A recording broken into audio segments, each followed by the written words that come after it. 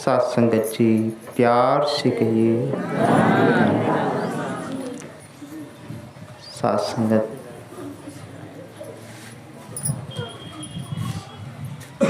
यहाँ पर आप जानते हैं कि जो कुछ भी महापुरुष या बहन अपने हृदय के भाव व्यक्त करने से पहले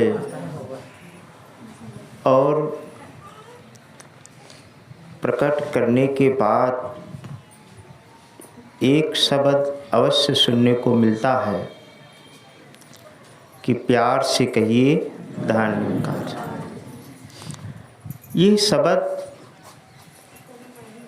सात्संगत हर दिल में ये तमन्ना है, हर मन की ये भूख है कि प्यार से रहना आ जाए। प्यार हर कोई पाना चाहता है। बाप बेटे से चाहता है, बेटे के मन में पिता के प्रति मन में ये भावना है कि प्यार मिले। हर रिश्ते एक दूसरे से प्यार ही चाहना है।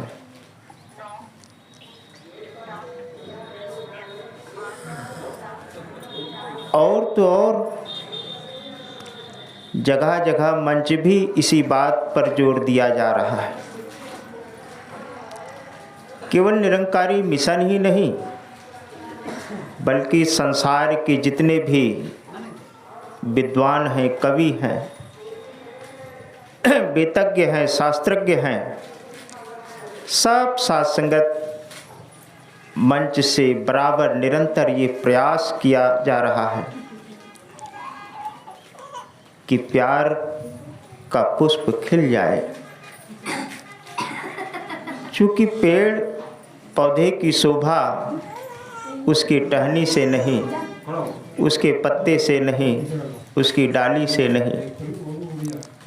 पौधे की शोभा तो तब होती है जब उसमें कोई पुष्प खिल जाए। इसी तरह इंसान किस अवस्था में उसका जीवन बीत रहा है यह कोई मायने नहीं रखता। उसका किस कुल में जन्म हुआ, क्या नाम है, क्या रूप है, इन सब से ज़्यादा महत्वपूर्ण होता है कि उस जीवन में लचकपन आ जाए,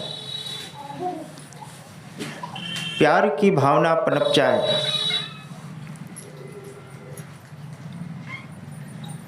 इंसान की तो बात छोड़ो,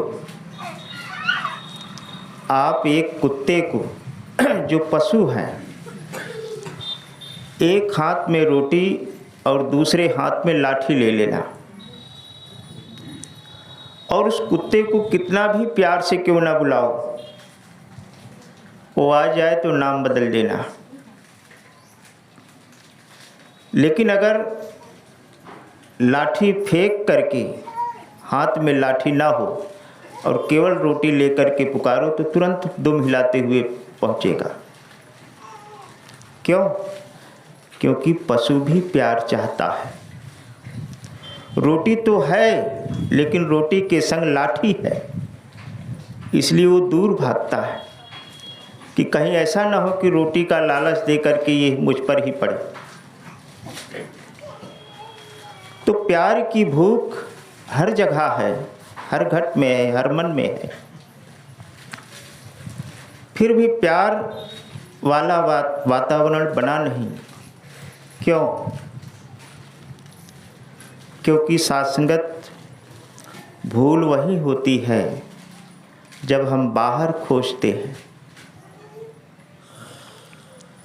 जैसे वो मिसाल देते हैं कि एक फकीर भिखारी रोड के किनारे 40 बरस तक भीख मांगता रहा।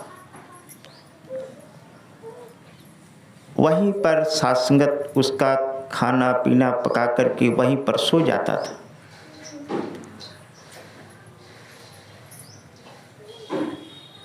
एक दिन वो शरीर छूट गया उसका, तो आसपास के लोगों ने उसके शरीर को जहाँ ले जाना था, दफन करना था, कर दी। फिर लोगों के मन में ये विचार आया कि ये जब से बचपन से लेकर के यहीं पर भीख मांगता रहा। सासंगत भिखारी वो नहीं है जो दरवाजे दरवाजे पर जाकर के भीख मांगता है, वो और कहीं रोड के किनारे बैठ कर के मांगता हो, वो भिखारी तो है ही, लेकिन साथ ही साथ महलों में रहने वाला सम्राट भी भिखारी है, क्योंकि उसे भूख 2, 4, 10 रुपए की आवश्यकता है, और जो महल में जो सम्राट बना बैठा है उसे लाखों की भूख है। भिखारी में थोड़ा सा बदलाव है कि वो महल में रहता है और वो झोपड़ी में गुजारा करता है भिखारी दोनों। तो लोगों के मन में ये विचार आया कि इतने दिन तक यहीं बैठ कर के भीख मांगा, जीवन यापन किया, यहीं पर खाता पीता था, यहीं पर सोता था, तो यहाँ की मिट्टी भी काफ़ी दूषित हो गई होगी, क्योंकि ये कभी स्नान भी नहीं करता था। तो क्यों ना कुछ मिट्टी खोद करके बहा दिया जाए, फेंक दिया जाए। सासंगत ज्यों ही मिट्टी खोदना शुरू हुआ तो उसी मिट्टी के नीचे धन गड़ा हुआ था। सोने या सरफी के सिक्के भरमार थे। लोगों ने कहा, अरे यह पूरा जीवन गुजार दिया भीख मांग करके, और ये अपार धन के ऊपर ही बैठा रहा, लेकिन कभी इसे खोद कर देखा नहीं। ये तो सम्राट था, ये तो महाधनी था, लेकिन यह जीवन एक गरीबी में ही गुजारा हुआ। उसी बीच भीड़ के बीच एक आप जैसे संत बुजुर्ग बैठ भी था। उसने कहा कि अरे मूर्खों, जा कर के अपनी अपनी जगह कम से कम खोदो, देखो कि कहीं तुम भी तो इसी की तरह जीवन तो नहीं गुजार रहे हो। तो सासंगत प्रेम कहीं और नहीं, प्रेम स्वयं के भीतर है। प्यार न पत्नी से मिल सकता है, न बेटे से मिल सकता है, न पिता से मिल सकता है, न माँ से मिल सकता है। प्रेम तो स्वयं के भीतर है। जिन खोजा तिन पाइयां गहरे पानी पैठ, जिसने खोजा उसी ने पाया।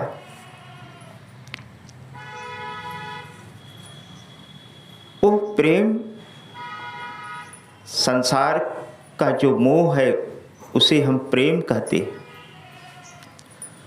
वो प्रेम नहीं है, क्योंकि संसार के प्रेम में अच्छाई और बुराई हमेशा ध्यान में रहता है। कुछ शर्तें होती हैं, कुछ मांग होती है। जब वो तमन्ना पूरी नहीं होती तो वही प्यार नफरत में बदल जाता है, जबकि प्यार में कोई शर्त नहीं, प्रेम में कोई भले बुरे की पहचान नहीं। प्रेम में तो केवल समर्पण होना होता है। सामने वाला क्या कर रहा है क्या नहीं, केवल अपनी ही लाइन देखना होता है। प्रेम लचक का नाम है, विनम्रता का नाम लचक है। अहंकार पाने पर फूलता है, प्रशंसा करने पर खुश होता है, और प्रेम तो एक ऐसी अवस्था है जो देने में खुश होता है। प्रशंसा ना भी हो तो भी साथ संगत खुश होता है। ऐसा प्रेम जब भक्ति के संग मिलता है तब साथ संगत वो भक्ति प्रवान होती है।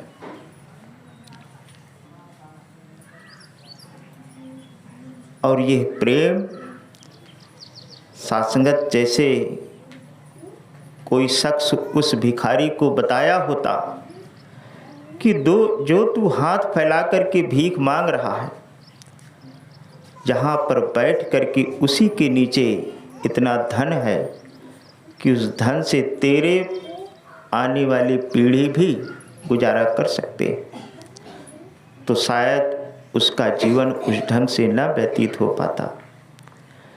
इसी तरह सात्संगत प्रेम का सागर उमड़ रहा है हृदय के अंदर, पर उस भिखारी की तरह ही हम प्यार की भीख मांगे बैठे हैं। जब ये सद्गुरु सात्संगत वही दिखाता है, पवित्र अवतार वाणी में है ना कि बिन देखे यह मन नहीं माने, बिन मन माने प्यार नहीं, बिना प्यार नहीं होवे भक्ति, बिन भक्ति बेड़ा पार नहीं।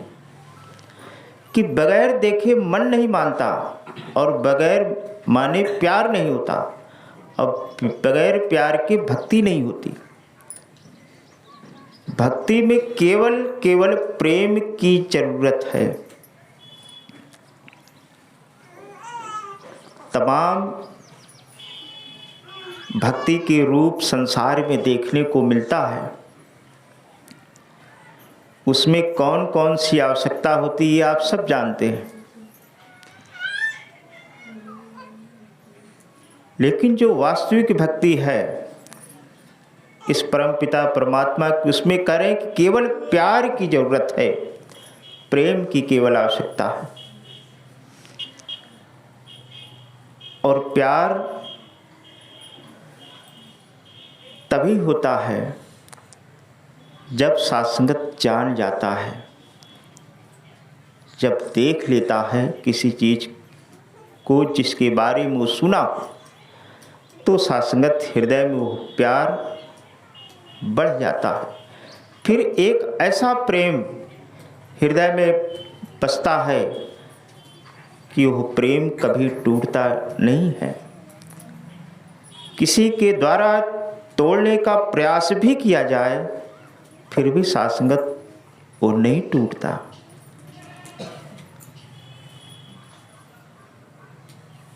श्री गोस्वामी जी महाराज श्री रामचरितमानस लिखे और लिखते समय जब समाप्ति की ओर गए तो अंतिम में उन्होंने यही लिखा कि काम ही नारी पियारी जिमी, लोभी ही पियारी जिमी दाम, तिमि रघुराथ निरंतर प्री, लागे हूँ मोहि प्रिय राम। केवल एक कामना है। इतना बड़ा ग्रंथ लिखने के बावजूद भी, प्रभु राम की इतनी अच्छी महिमा का वर्णन करने के बावजूद भी मन में केवल एक अभिलाषा, एक कामना कि जिस तरह से धन के प्रति लोभी का प्रेम होता है, वैसा ही प्रेम प्रभु के चरणों के प्रति मेरे हृदय में हो।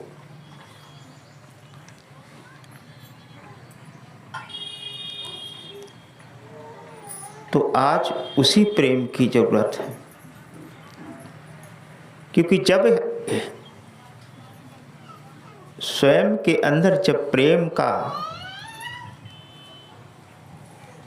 जब दीदार होता है तो संसार के सारे जहाँ जहाँ आस लगी हुई है उनसे मिले भी तो भी वाह वाह, और ना मिले तो भी वाह वाह। क्योंकि जब स्वयं धनी हो तो किसी के ले जाने से कंगाल नहीं होने वाला, और किसी के द्वारा कुछ दे देने से बढ़ने वाला भी नहीं। तो उस प्रेम की बात होती है। और हम कहने की बजाय जब कभी ये समझने का प्रयास करें कि प्यार से कहना नहीं बल्कि रहना आ जाए, तो सासंगत बात बनती है। कबीर दास जी कहे कि करे सो पूत हमारा कहे सो नाती। कहा कि करे सो पूत हमारा, जो करता है वो मेरा बेटा है, वो मेरा पुत्र है, और जो केवल कहता है वो नाती है, बेटी का बेटा है। नाती के रिश्ता दूरिन के होत है। नाती पे कौनो हक चलत ना है, क्योंकि ओकरे पर हक ओकरे आजी बाबा के रहा था, नानी नानक कौन हक। तो वही कबीर कहे कि कहे सो नाती हमारा, कि जो कहता है वो नाती है और जो करता है वो बेटा है।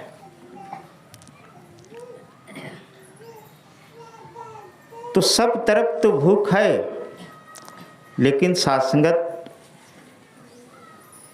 बस सिर्फ बाहर की तरफ टकटकी लगाए बैठे हुए कि कब कहाँ किस ओर से थोड़ी सी प्रेम मिल जाए।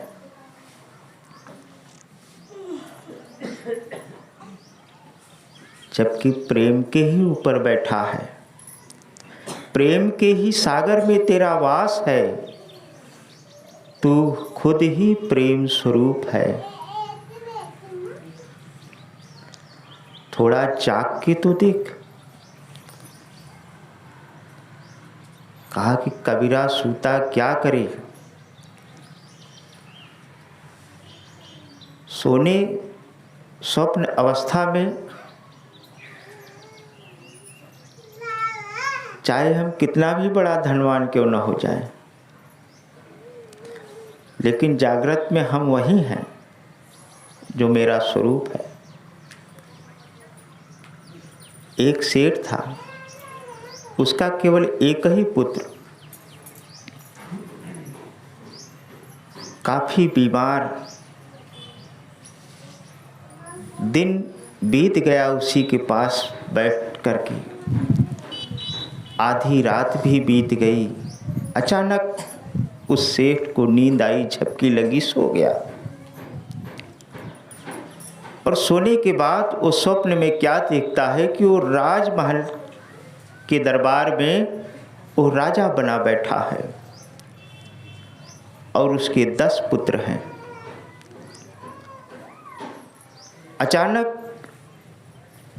पड़ोसी राजा का आक्रमण हुआ और उसके साथ विरोध में उसके 10 बेटों मारे गए। राजा उन 10 पुत्रों के मारे जाने पर विलाप कर रहा था। जैसे ही उसकी नींद टूटी, उसकी पत्नी ने जगाया, नींद टूट गई। सेठ ने कहा क्या हुआ? कहा देखो एक ही लाल था, वो चला गया। आंख से आंसू नहीं रुक रहे थे। सेठ चुपचाप देखता ही रहा। पत्नी कहती कैसा तू निर्दयी बाप है, एक ही तो लाल था अपना, वो चला गया। यहाँ तो लोग दूसरे का बच्चा भी पालते हैं तो इतना निर्दयी नहीं होते, और तुम्हारे आँख से आंसू भी नहीं टपक रहा है। कैसी निर्दयता है। कौन अब हमारे वंश को आगे चलाएगा? एक ही तो चिराग था, वो बुझ गया। सेठ कहता है कि अरे पगली, मैं इस एक बेटे का विलाप करूं कि उन 10 पुत्रों का विलाप करूं? अभी अभी थोड़ी देर पहले मैं सोया था तो नींद में मैंने देखा कि मेरे 10 पुत्र हैं, मैं राजा हूं, और पड़ोसी राजा ने आक्रमण किया तो उसके विरोध में मेरे 10 बेटे मारे गए, और मैं उन 10 बेटों के बारे में विलाप कर ही रहा था कि उसी समय तू मुझे जगाई और ये एक बेटा दिखा रही है तू। तो एक तरफ तो मेरे 10 बेटे खो गए और एक तरफ ये एक पुत्र है, मैं किसके बारे में विलाप करूं?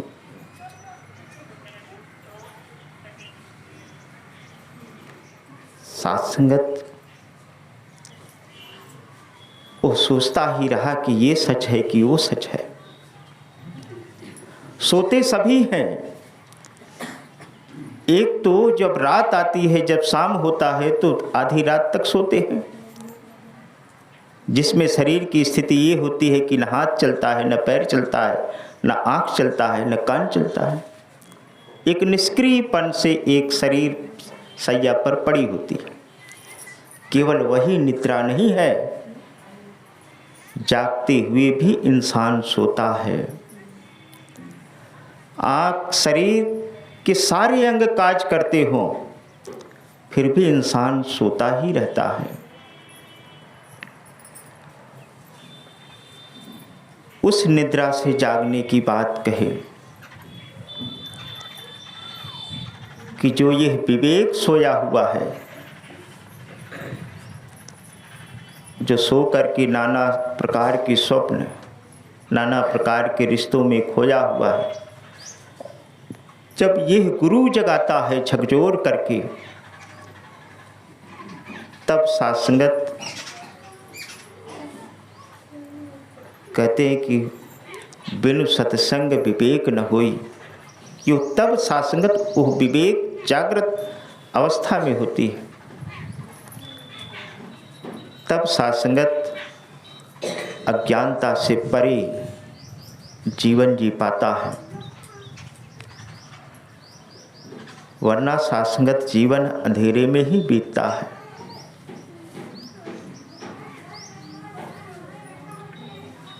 फिर वैसा ही जीवन होता है